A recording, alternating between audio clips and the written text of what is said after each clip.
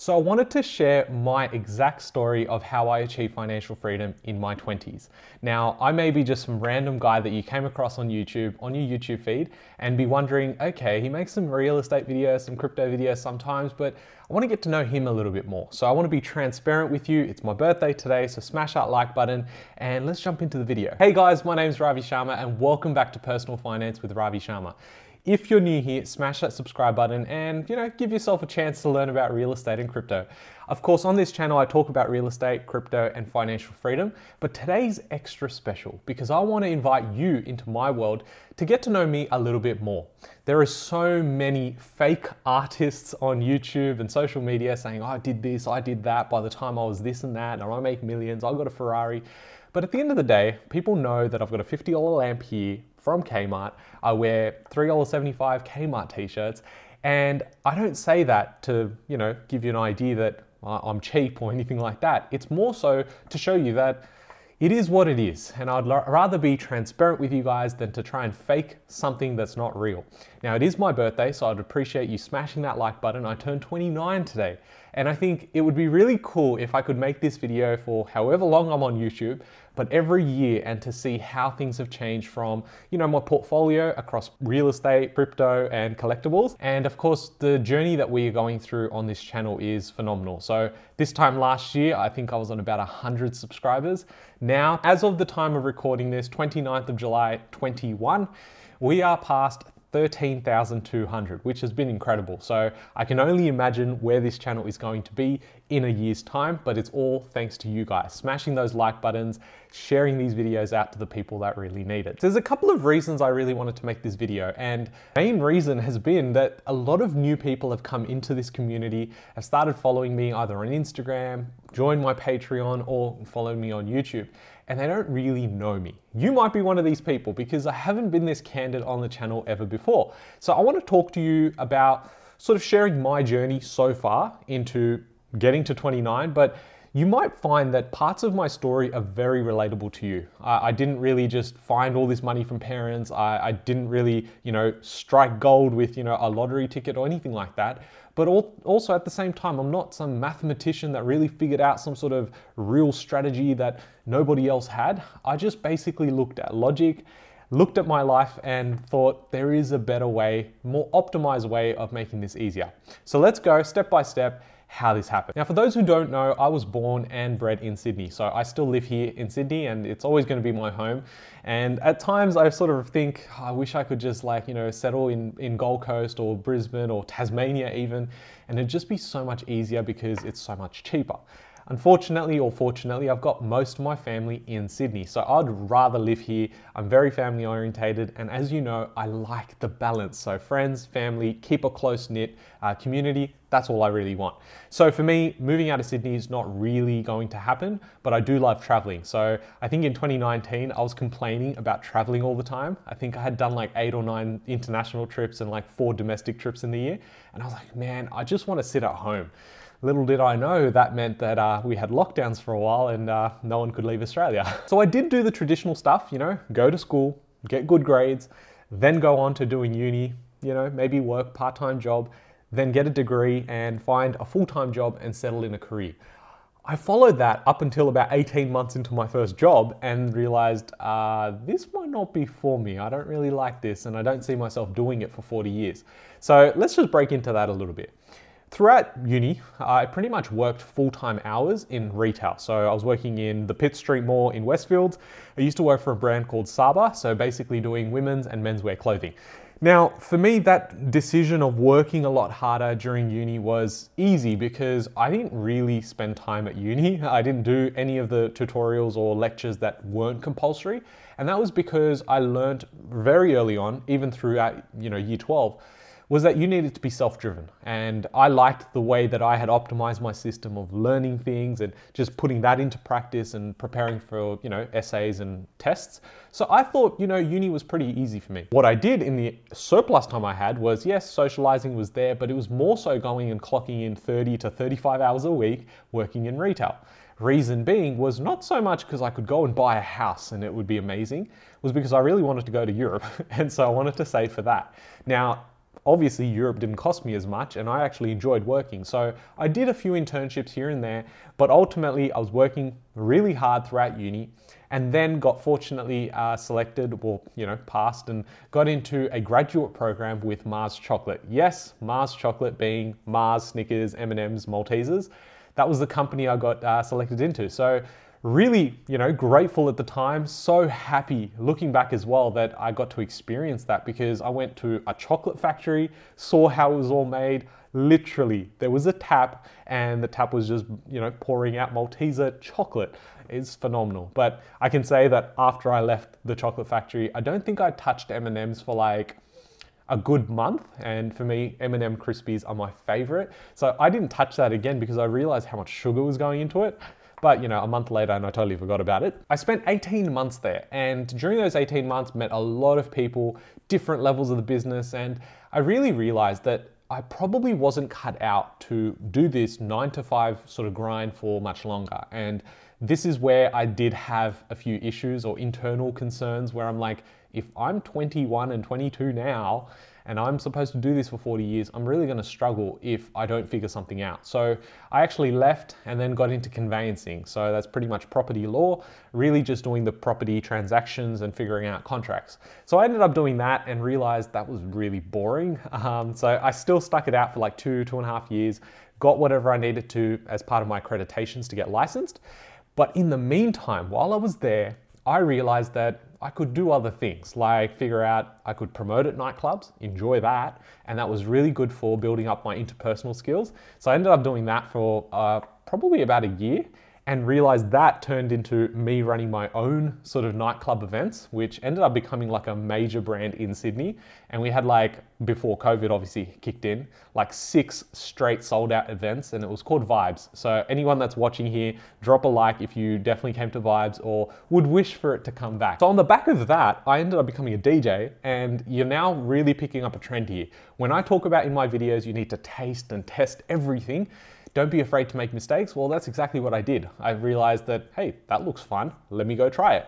And I taught myself, how to then become a videographer for weddings. So I learned all of that on YouTube, and obviously go out there and do it practically, you'll figure it out. So ended up going from promoting at nightclubs, running nightclub events, to then, owning a company that was doing, wedding productions, doing photography, videography, and then the DJing stuff absolutely took off. So I was DJing my own events, then at major nightclubs across Sydney, and then ended up doing international gigs, so clubs and a few weddings as well. So it's been a wild experience knowing that over, the course of a couple of years, I was able to travel, but also be doing something I love, and all on the back of what I wanted out of life. So I really drove that, and it meant that if I wanted to take up 3 gigs that weekend, make extra money, I could do that. And this is where a lot of the principles I talk about in my videos comes from, because I've gone out there year after year and done it. I spent time in the corporate world and I realized it wasn't for me. And that's why I can relate to you guys when you're saying, I really want to get out. And the best answer for it is that you need to take the risk and take the chance yourself. So essentially went and did that for a couple of years, but every step of the way I realized one thing is very important. Financial freedom, financial security was very important. So what I was doing was I was working really hard, multiple things, doing things that were fun, failing at a lot of things, making mistakes, but I knew one thing that I had to get right was building out the machine. I often refer to the machine, which is basically my real estate portfolio. I just wanted to keep building that because eventually I'll get to a point where the money I make from what I'm passionate about, from my activities, the active work that I do, was actually not going to mean anything compared to what my machine could develop for me and ultimately pay me every year to do whatever I like. So that was always the goal. And so every year I would go out there, just keep building on my real estate portfolio. So if you haven't already, definitely go check out a video. I'll link in the description below, and a card should pop up here at some point that goes through my entire real estate portfolio. Now, I did purchase my first property at 22, now being 29. It's been about 7 years since I purchased my first property. And looking back, a lot of things had to go right for me to actually do well on that property because I had no idea what I was doing. fast forward 7 years and it feels like, I've come full circle when I'm helping clients like yourself go through this experience of purchasing your first property. And I'm like, you guys know a lot more than I do back then. And to be able to help you get started on such a strong foundation, knowing how important starting early and starting well can actually eventually get you to financial freedom is phenomenal. So I'm so grateful I could be part of your journey in learning about financial freedom, whether it's through real estate or crypto. Now, where crypto really came in was in 2017, 2018, I really hear about this concept. And I think everyone knew about it at that point because it was like, oh my God, you can get rich overnight? Yes, please, let's do it. And so I did that and, didn't make any money because I caught it at the wrong time, obviously, and just wrote it all the way down. What I did know was that I had conviction in the technology itself. I understood the concept. And so I did slowly start moving some of my funds in there. But at the same time, I was doing things I love, building out my real estate portfolio, and eventually got to a place where I then created my buyer's agency. Now, I don't really talk about it as much on the channel anymore, purely because we get smashed with clients. There's no strategy sessions available because everyone books them out like 6 weeks in advance, and I'm super grateful, but it also means that I'm not able to help as many people. On the back of that, I've obviously got a link in the description below. You can check out Patreon, which is basically a membership platform where I'm sharing daily information, stuff that I'm looking at, stuff that I'm researching, and I share it with you guys on there as well. So 29, where are we at? Now, the buyer's agency has taken off and I'm so happy with where it's at. What's coming in the next 6 months is also super exciting. So definitely subscribe to the channel so you can keep up to date with it. But the portfolio is looking great. Real estate portfolio is worth over $4.5 million.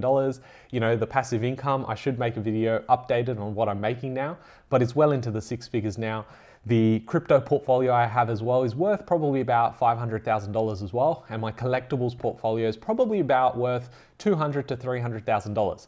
Now, it's crazy to even think these numbers are possible, but the reality is that I've put in the hard work, I've tested and taken risks when I wanted to, and I needed to really, because if I stuck to what I was doing in my first job, I would probably be at like senior management level and it'd be great, making a salary. And, for some people, that security is providing so much mental peace and peace of mind. So I'm not in a place to really judge anyone.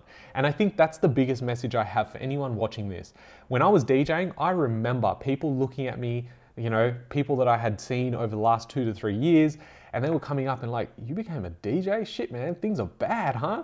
And the reality was that I was there by choice, and they didn't realize the extra 2 or 3 gigs I did that month allowed me to increase my borrowing capacity to purchase another property. And that's why it's so important with context around people or people's story that you listen to. It's not as they perceive it, and that's why I want it to be as transparent and as open as possible, because I would love for my favorite influencers or YouTubers to actually come out and make a real video like this about what they do and how they got there, but not enough people do it. Now, when it comes to real estate, especially in Australia, I think there's so much dodginess that goes on. There's so many fake artists claiming to do this and making it look like they're rich, but really they're not. And I just want to break it all down. At the end of the day, if you want to spend your money on a nice car, go for it. If you deserve it, go for it. If you think that it's going to bring you happiness, awesome, do it. For me, the return on investment on a car is 0, not because it doesn't produce anything money-wise, but because I don't need it.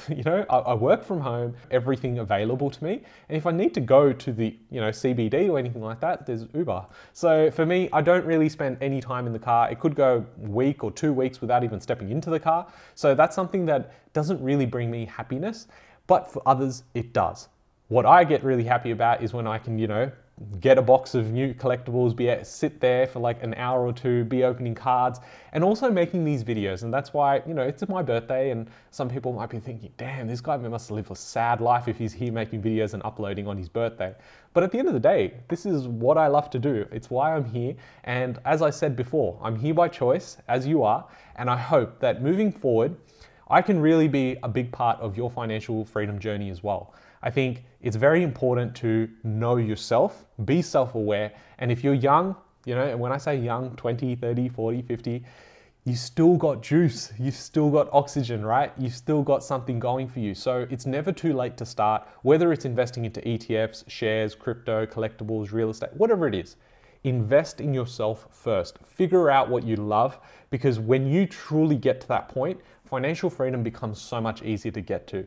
But I hope you've enjoyed these videos, and I'll continue making these videos. If you're new here, smash that red button that says subscribe, and I'll catch you guys in the next one. Thanks, guys.